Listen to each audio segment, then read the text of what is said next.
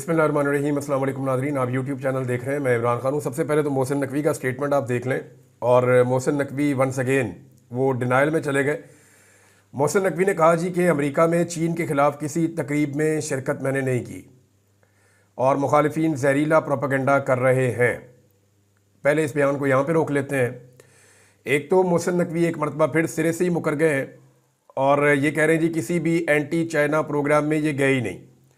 ये बिल्कुल ऐसा ही स्टेटमेंट है जैसे ये लोग मुकर गए थे कि ज़िले शाह को हमने नहीं मारा, डी चौक में गोली चलाने से मुकर गए थे, इलेक्शन में धांधली करके मुकर गए थे, मुल्क में महंगाई का तूफ़ान लाकर मुकर गए थे, रजीम चेंज का पूरा ऑपरेशन करके मुकर गए थे, माओ और बहनों को इस मुल्क के अंदर अगवा करके मुकर गए थे। ये कोई हैरान होने वाली बात नहीं है। ये अक्सर मुकर जाते हैं, जो काम ये करते हैं जब उल्टे पड़ते हैं तो मुकर जाते हैं। अब मोहसिन नकवी साहब इसमें जो लफ्ज़ इस्तेमाल किए, उन्होंने कहा जी कि चीन के खिलाफ किसी तकरीब में शिरकत नहीं की। तो ये तो कोई नहीं कह रहा कि वहाँ पे चीन के खिलाफ कोई प्रोग्राम हो रहा था। ये तो सब लोग ये कह रहे हैं कि जिस तंजीम की तकरीब में आप गए या जिस तंजीम से आप मिलने के लिए गए वो एंटी चाइना लोग हैं। और उन्होंने वहाँ पे बाकायदा पीछे एक पोस्टर लगाया भी हुआ था। जब आप मुलाकात कर रहे हैं तो आपके औकब में, आपके सामने जो अमरीकी सियासतदान खड़े हैं उनके औकब के अंदर वो नज़र भी आ रहा है कि वो एंटी चाइना है और उन्होंने अपना वहाँ पे स्लोगन लगाया भी हुआ था। अब सवाल ये पैदा होता है कि पाकिस्तान का जो वहाँ पे सफारती अमला है वो इतना नालायक और नकम्मा या इतना फ्रस्ट्रेटेड था कि उन्होंने कहा जी चिट्टी चमड़ी को मिलाना है मोहसिन नकवी से। अब चाहे वो चाइना के ख़िलाफ़ है, चाहे वो रशिया के ख़िलाफ़ है, चाहे वो पाकिस्तान के ही ख़िलाफ़ हो, चाहे वो इसराइल के हमायती, कोई भी लोग हो। वैसे तो नॉर्मली अमेरिका में ज़्यादातर लोग इसराइल के हमायती हैं, ख़ास तौर में जो लोग सियासत में हैं, और ये उनकी अपनी चॉइस है, हमारी अपनी चॉइस है।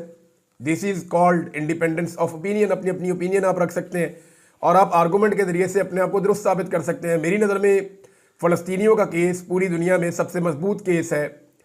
किसी भी ह्यूमन राइट के जो केसेस हैं उनमें सबसे मजबूत केस फ़लस्तीनियों का है और उनका हक है उनकी ज़मीन के ऊपर जो उनसे छीना गया है ज़बरदस्ती। अब जनाब मोहसिन नकवी साहब कह रहे हैं जी कि मैं किसी तकरीब में शिरकत ही नहीं की। तो ये जो आपको नज़र आ रहा है पोस्टर, ये क्या है? और बड़ा सवाल ये है कि ये तो डिनाइल में चले गए, मगर दफ्तर खारजा का क्या करेंगे? दफ्तर खारजा ने इस मामले के ऊपर बाकायदा इसको एक गलती करार दिया है। वो कह चुका है कि गलती से मोहसिन नकवी एक ऐसे प्रोग्राम में चले गए जो एंटी चाइना लोगों का प्रोग्राम था। तो वहाँ पर मोहसिन नकवी गलती से चले गए, उन्होंने ये कहा। अब या तो मोहसिन नकवी झूठ बोल रहा है या पाकिस्तान का दफ्तर खारजा झूठ बोल रहा है। दोनों में से एक तो झूठ बोल रहा है ना। अब जो भी झूठ बोल रहा है, क्या ये जो नया कानून आ गया पीका का, क्योंकि इसका बड़ा इम्पैक्ट पड़ रहा है ना पाकिस्तान के और चाइना के ताल्लुकात के ऊपर, तो ये जो नया कानून आ गया पीका का, इसके मुताबिक मुकदमा दर्ज होगा मोहसिन नकवी पे या फिर पाकिस्तान के दफ्तर खारजा पे।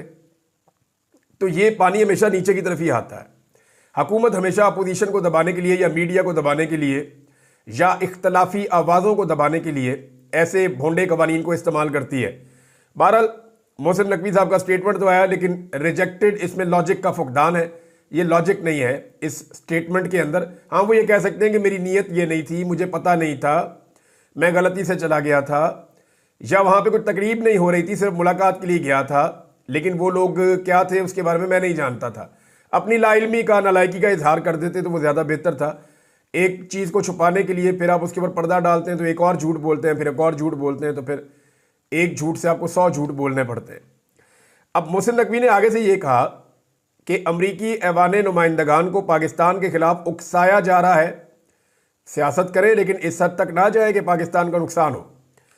ऐवान नुमाइंदगान अमरीका के जो है वो रोटी को चोची कहते हैं। क्या वो बहुत ही बेवकूफ़ है? भाई, दुनिया के अंदर अगर अमेरिका सुपर पावर है तो अपने सियासी फैसलों की वजह से है ना, अपने लोगों की अकल और दानिश की वजह से है। उनके साइंसदान दुनिया में बेहतर हैं, उनकी टेक्नोलॉजी दुनिया में बेहतर है, उनके हथियार दुनिया में बेहतर हैं, उनका नॉलेज दुनिया से ज़्यादा है और उनकी अकल शायद आप लोगों से बेहतर है। अब आप 1.5 सियाड़े अपने घर में तो बन सकते हैं कि जनाब मैंने ये नहीं किया, मैंने वो नहीं किया, और ताकत के बलबूते पे आप मना लें। लेकिन जब आपके सामने अमेरिकन सियासतदान बैठते हैं या उनके कांग्रेसमैन बैठते हैं, जब आप उनके साथ बात करते हैं, यानी वो ये कह रहे हैं कि अमरीकी ऐवान नुमाइंदगान को पाकिस्तान के खिलाफ उकसाया जा रहा है। कौन उकसा रहा है जी? कौन उकसा रहा है? मुलाकातें तो आपकी हो रही हैं। अब आप इमरान खान के खिलाफ ही वहां बात कर रहे थे ना उन लोगों से। जैसे ही वो आप लोगों से अलग हुए, उन्होंने फौरी तौर पे अपनी अक्ल और दानिश का इस्तेमाल किया और वो इस नतीजे पे पहुंचेंगे जो बंदा जिसको हम मिले ये बंदा ठीक नहीं है और जिस बंदे की ये बुराइयां कर रहा है वो बंदा ठीक है। तो उन्होंने फौरी तौर पे इमरान खान साहब के हक में ट्वीट कर दिए। अब ये तो उनकी अक्ल की बात है ना। अगर आप उनसे ज्यादा अक्लमंद होते तो पाकिस्तान सुपर पावर होता।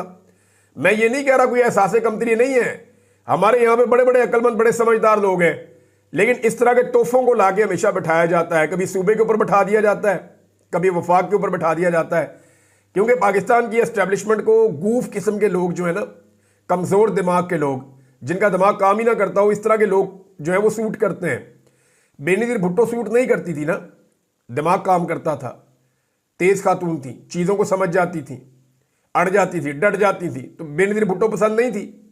जैसे ही जुल्फिकार अली भुट्टो ने सख्त मौक़िफ़ लिया तो वो भी पसंद नहीं आया। जब तक जुल्फिकार अली भुट्टो बिल्कुल बच्चों की तरह डील करता रहा कि जी हम आपके बच्चे हैं, जैसे आप कहें जो आप कहें, जब तक जुल्फिकार अली भुट्टो ने पॉलिश अपने हाथ में रखी तब तक उन्होंने कहा ठीक है। जब जुल्फिकार अली भुट्टो ने कहा नहीं जी नहीं, मैं अपने दिमाग से काम लूंगा, और था भी वो दिमाग वाला, तो साथ ही पाकिस्तान की एस्टेब्लिशमेंट के खिलाफ हो गई। बेनजीर भुट्टो की हुकूमत चलने नहीं दी इन्होंने कभी, और जब तीसरी मरतबा वो इक़्तिदार में आ रही थी उसको कत्ल कर दिया। यानी ये बेनजीर का कत्ल जो है वो उनके जो शौहर हैं या उनका जो बेटा है वो तो परवेज मुशर्रफ पे डालते हैं। और परवेज मुशर्रफ कौन था? वो था उस वक्त एस्टेब्लिशमेंट का करता धरता।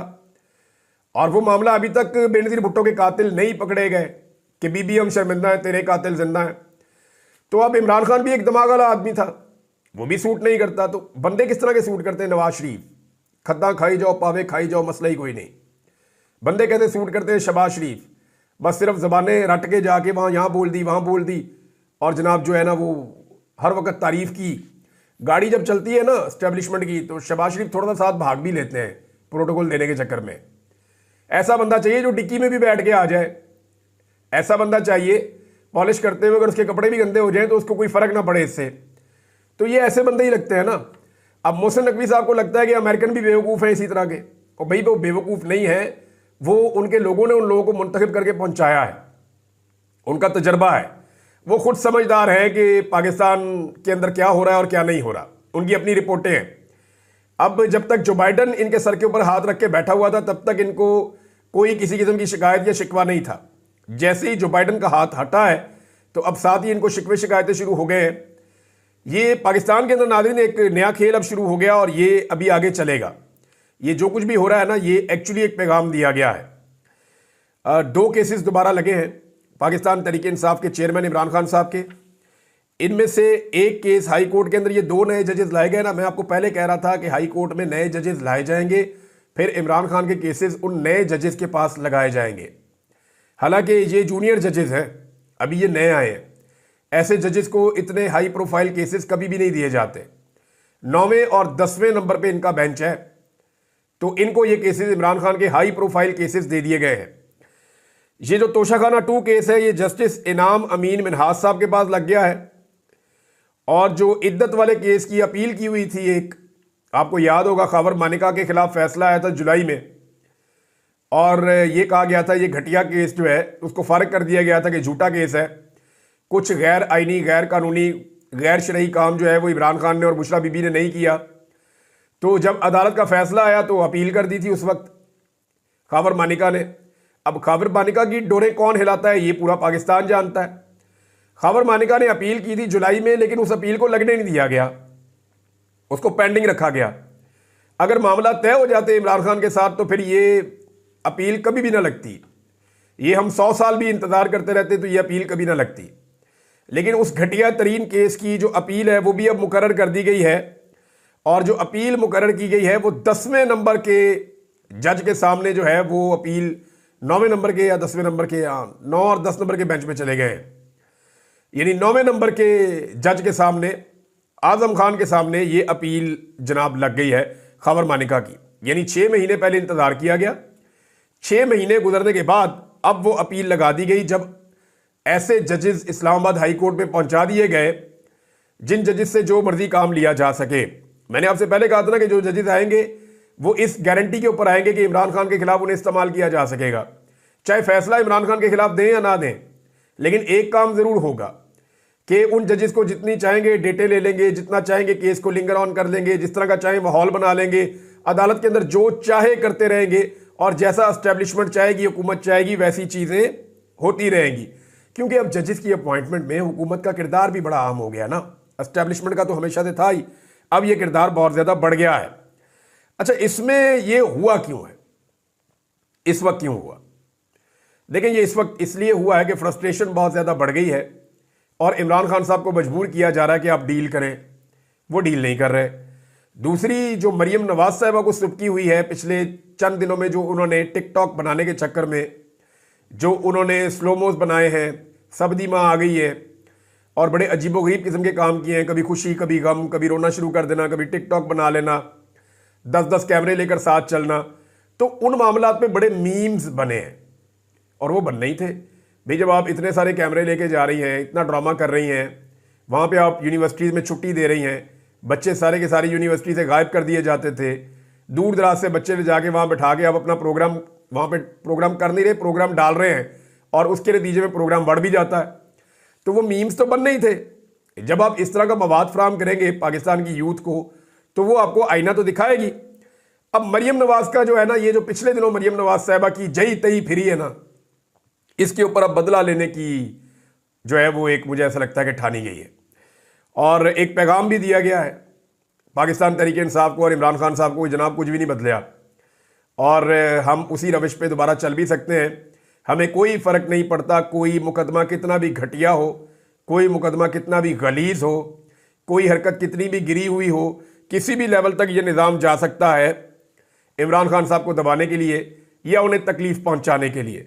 तो जनाब, ये मरियम नवाज साहिबा की ख्वाहिश तो हो सकती है, यानी मुझे ऐसा लगता है कि जो कुछ उनके साथ हुआ पिछले चंद दिनों में, और वो उनके अपने कामों की वजह से, अपने कारनामों की वजह से हुआ, तो ऐसा लगता है कि ये उनकी ख्वाहिश तो हो सकती है कि ये मुकदमा जो है ये लगना चाहिए। दूसरी जानिब ये एस्टेब्लिशमेंट की जानिब से एक पैगाम भी हो सकता है। तो इन पॉसिबिलिटीज़ को अगर आप सामने रखें तो ये एक चीज़ और आपको ज़हन में रखनी पड़ेगी कि जब ये मुकदमा आ जाएगा ना इद्दत वाला और चल पड़ेगा, तो इससे 3-4 चीज़ें अचीव की जा सकती हैं मौजूदा सिस्टम के अंदर, और ये आप ख़ास तौर पे ज़हन में रखें। नंबर 1, इसमें मीडिया की तवज्जो एक दफ़ा फिर हटाई जाएगी असल इशूज़ से, यानी जो इशूज़ हैं उनसे तवज्जो हटा के इद्दत वाले साइड पे लगा दें, क्योंकि इससे लोग बहुत गुस्से में आते हैं। स्पेशली ख़वातीन को बहुत गुस्सा चढ़ता है कि आप कैसे एक इतना घटिया केस एक फैमिली के ऊपर, एक खातून के ऊपर और एक साबिक वज़ीर आज़म के ऊपर आप बना सकते हैं। तो एक तो उसका बड़ा सख्त रिएक्शन आता है, असल इशू से जो है वो तवज्जो हट जाएगी। दूसरा, इमरान खान को गुस्सा दिलाने की भी ये एक कोशिश है कि इमरान खान को गुस्सा दिलाया जाए ताकि गुस्से में आकर वो कोई गलती करें। अब तक तो उन्होंने कोई गलती नहीं की, तो देखते हैं कि आइंदा इमरान खान साहब को गुस्सा दिलाकर कोई गलती करवाई जा सकती है या नहीं। तीसरा यह है कि तहरीक इंसाफ के सोशल मीडिया पर एक और क्रैकडाउन प्लान किया जाएगा, यानी इसका रद्देअमल तो आएगा ना। जब ये घटिया केस चलेगा तो इसके ऊपर लोग बात करेंगे। कई लोग जो हैं वो जज्बाती होकर रद्देअमल देते हैं, जब रद्देअमल देते हैं तो वो दूसरी तरफ की जो पार्टी है उसको भी टारगेट करते हैं।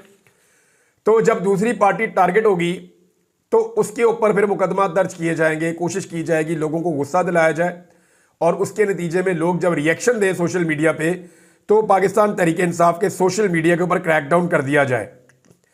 मिसाल के तौर पे मैंने आपको बताया था कि ये जो एक केस किया गया था, एक अनोखा मुकदमा, ये जो पाकपतन में हुआ था, उसमें पुलिस ने पर्चा तो दे दिया। अब उस अनोखे मुकदमे में पुलिस को अभी तक वो अदालत ही नहीं मिल रही जहां पे उस मुलजिम को पेश करना है। यानी पाकिस्तान में रिकॉर्ड पे रिकॉर्ड बन रहे हैं। यानी पीका एक्ट के तहत ये शेख वकास अकरम साहब ने इस इंफॉर्मेशन को शेयर किया। उन्होंने कहा कि पाकिस्तान तहरीक इंसाफ के सियासी वर्कर्स के खिलाफ इंतकामी कार्रवाई की गई और पंजाब पुलिस को यही पता नहीं है कि मुलजिमान को रिमांड में किस अदालत में पेश करना है। कभी मकामी अदालत में ले जाते हैं, कभी खसूसी अदालत साहिवाल में पेश कर देते हैं, और अब ये पता चला कि ये केस उनका भी नहीं है तो लाहौर की FIA की अदालत में अब लेकर जा रहे हैं। ये अनोखा कारनामा है और हुकूमत को जो है वो फस्तायत करने के बावजूद खुद नहीं पता कि अभी करना क्या है। तो इस तरह के मुकदमे मजीद दर्ज किए जाएंगे, जैसा कि व्हाट्सएप ग्रुप के अंदर किसी ने लिख दिया तो मुकदमा हो गया। अब ना कोई भी किसी को भी गिरफ्तार करके ये कह दिया करेगा कि इसने व्हाट्सएप ग्रुप के अंदर मैसेज आया था, इसने डिलीट नहीं किया। यानी व्हाट्सएप ग्रुप के अंदर एक मैसेज आया, इसने डिलीट नहीं किया, इसको गिरफ्तार कर लो। इसने भी डिलीट नहीं किया, इसको गिरफ्तार कर लो। इसने वो मैसेज देखा, इसको गिरफ्तार कर लो। इसने उसको शेयर किया, इसको गिरफ्तार कर लो। और जाती तौर पे भी आप किसी को मैसेज नहीं कर पाएंगे और सबूत के तौर पे कुछ पेश नहीं करना, सिर्फ एक यूएसबी के अंदर कोई भी ऐसी गंदी चीज ले जाके जज को दिखा देनी है। यह भी साबित करने की जरूरत नहीं है। जब फोरेंसिक होगा, चीजें चलेंगी, मामला आगे बढ़ेंगे, तो 2-2, 3-3 महीने बंदे अंदर रखना कोई मसला नहीं है इस निज़ाम के अंदर। तो ये एक घटिया तरीके से एक कानून का लिबादा ओढ़ के जो एक पॉलिटिकल पार्टी है और जो मुखालिफ आवाज़ें हैं उनको कुचलने की पूरी कोशिश की जा रही है। इमरान खान साहब का जो नाम है वो पहले आपको पता है कि मीडिया के ऊपर लेना बंद हो गया था, लेकिन गुज़िश्ता चंद दिनों से इमरान खान साहब का नाम मीडिया पे चल रहा था। अभी दोबारा से हामिद मीर साहब का प्रोग्राम है, उसके क्लिप में देख रहा था, वहाँ पे अब टू टू बीप लगना शुरू हो गई है इमरान खान साहब के नाम के ऊपर। तो ये दोबारा से पैगाम भी दिया गया है। ये क्यों किया जा रहा है, इसको ज़रा आप समझें। इमरान खान साहब के हवाले से सिर्फ एक मामला है कि एस्टेब्लिशमेंट इमरान खान साहब को छोड़ना चाहती है, मगर किसी सेटलमेंट के नतीजे में छोड़ना चाहती है।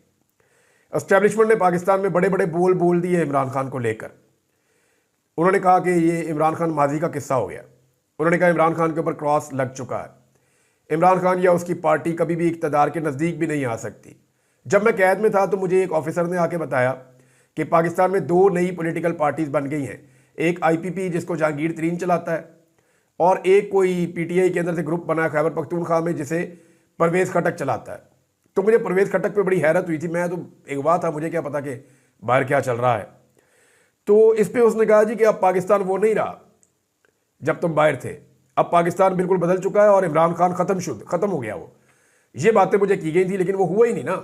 एस्टेब्लिशमेंट के जितने बड़े बोल थे, जो उन्होंने निजी महफिलों में बोले, जो उन्होंने मीडिया नुमाइंदागान को कहे, अभी उनकी क्रेडिबिलिटी खत्म हो रही है। मसला ये है कि इससे पहले उनकी क्रेडिबिलिटी थी, वो जिसको मारते थे वो मर जाता था। इस दफ़ा वो मारते हैं, वो मरता ही नहीं है। वो जिसकी सियासत चाहते थे वो ख़त्म कर देते थे। इस दफ़ा वो चाहते हैं लेकिन सियासत ख़त्म नहीं कर पा रहे। उन्होंने जिसको भी मारा ना उसे रब की भी मार पड़ गई। ये हादसाती तौर पे होता रहा पाकिस्तान में। और जो लोग एस्टेब्लिशमेंट के साथ या उनके सामने माजी में डट चुके थे, जिन्हें मौका मिला था कि वो एस्टेब्लिशमेंट को राय रास्त पे ला सकते थे, उन लोगों ने अपने अल्लाह रब्बुल इज़्ज़त से ज़्यादा एस्टेब्लिशमेंट पे भरोसा कर दिया और डील कर दी। तो इसके नतीजे में एस्टेब्लिशमेंट का बोलबाला बाकी रहा। अब मामला ये है कि बातचीत अच्छी चीज़ है, रास्ते निकलने चाहिए, लेकिन ये पाकिस्तानियों के लिए बड़े एजाज़ की बात होगी कि पाकिस्तान का एक लीडर नवाज शरीफ या जरदारी की तरह नहीं, एक इज्जत के साथ, एक मुकाम के साथ बाहर आ जाए। और एस्टेब्लिशमेंट यही बात जो है वो बर्दाश्त नहीं कर पा रही, उनसे ये बात बर्दाश्त नहीं हो रही। तहरीक इंसाफ अगर अच्छी मनसूबाबंदी के साथ चले और इद्दत वाले केस को सही तरीके से हैंडल करे, यानी उलमा इकराम से पूछे ना, होना तो ये चाहिए कि उलमा इकराम से पूछा जाए, मुफ्तियान इकराम से पूछा जाए कि जनाब इस मुकदमे के बारे में अपनी राय पेश करें, बताएं। आप हर चीज़ पे आप आ जाते हैं प्रेस कॉन्फ्रेंस करने, सियासत करने, ज़रा इसके ऊपर भी बताएं, ये दीनी मामला है, इसके ऊपर आप क्यों खामोश हो जाते हैं। और मेरी इतला के मुताबिक हुकूमत ने कुछ मौलवी जो है सरकारी टाइप के, दरबारी टाइप के, वो इस दफ़ा तैयार किए हैं और उन्होंने हामी भरी है कि इद्दत केस के अंदर वो गंद मारेंगे और कोशिश करेंगे कि जनाब वो, अब उलमा तो उनको नहीं कहा जा सकता, लेकिन ये मौलवी हैं, सरकारी मौलवी समझ लें आप। अब ये लोग जो हैं ये कोई गंद मारेंगे और ये कोशिश करेंगे इस मामले को हवा देने की और इसको मज़ीद ख़राब करने की। इस केस में अगर तहरीक इंसाफ समझदारी से चलेगी तो हुकूमत को लेने के देने पड़ जाएंगे। इससे इमरान खान साहब की मकबूलियत में कमी नहीं होगी, इजाफा होगा। और इमरान खान साहब के मौक़िफ़ में लचक नहीं आएगी, बल्कि वो अपने मौक़िफ़ पे मज़ीद डट जाएंगे। इमरान खान ने चीफ जस्टिस ऑफ पाकिस्तान और आइनी जज के जो सरबराह हैं, आइनी बेंच के जो सरबराह हैं, इन दोनों को ख़त लिखा है और इंसानी हकूक़ के हवाले से और दीगर चीज़ें, सारी तफसीलात इसके अंदर हैं।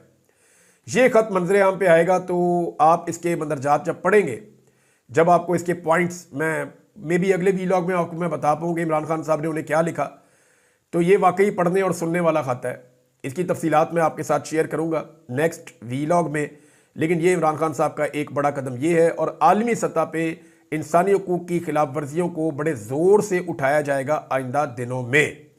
जबकि एक खबर और है, और वो ये है कि पंजाब में 10-10 गुना, आपको पता है कि तनख्वाहें बढ़ाई हैं इन्होंने पंजाब असम्बली में। जो अरकान असम्बली हैं या स्पीकर है या वज़ीर आला या वज़रा हैं, 10-10 गुना इन्होंने तनख्वाहें बढ़ा दी। और अब जनाब पता चल रहा है कि अरकान पार्लियामेंट की तनख्वाहों में 200% इजाफे का फ़ैसला कर लिया गया है। और ये जनाब समरी मंजूरी के लिए वज़ीर आज़म को अरसाल कर दी गई है। किसान का इस मुल्क में इस्तेहसाल हो रहा है। गन्ने का किसान जो है वो रुल गया है।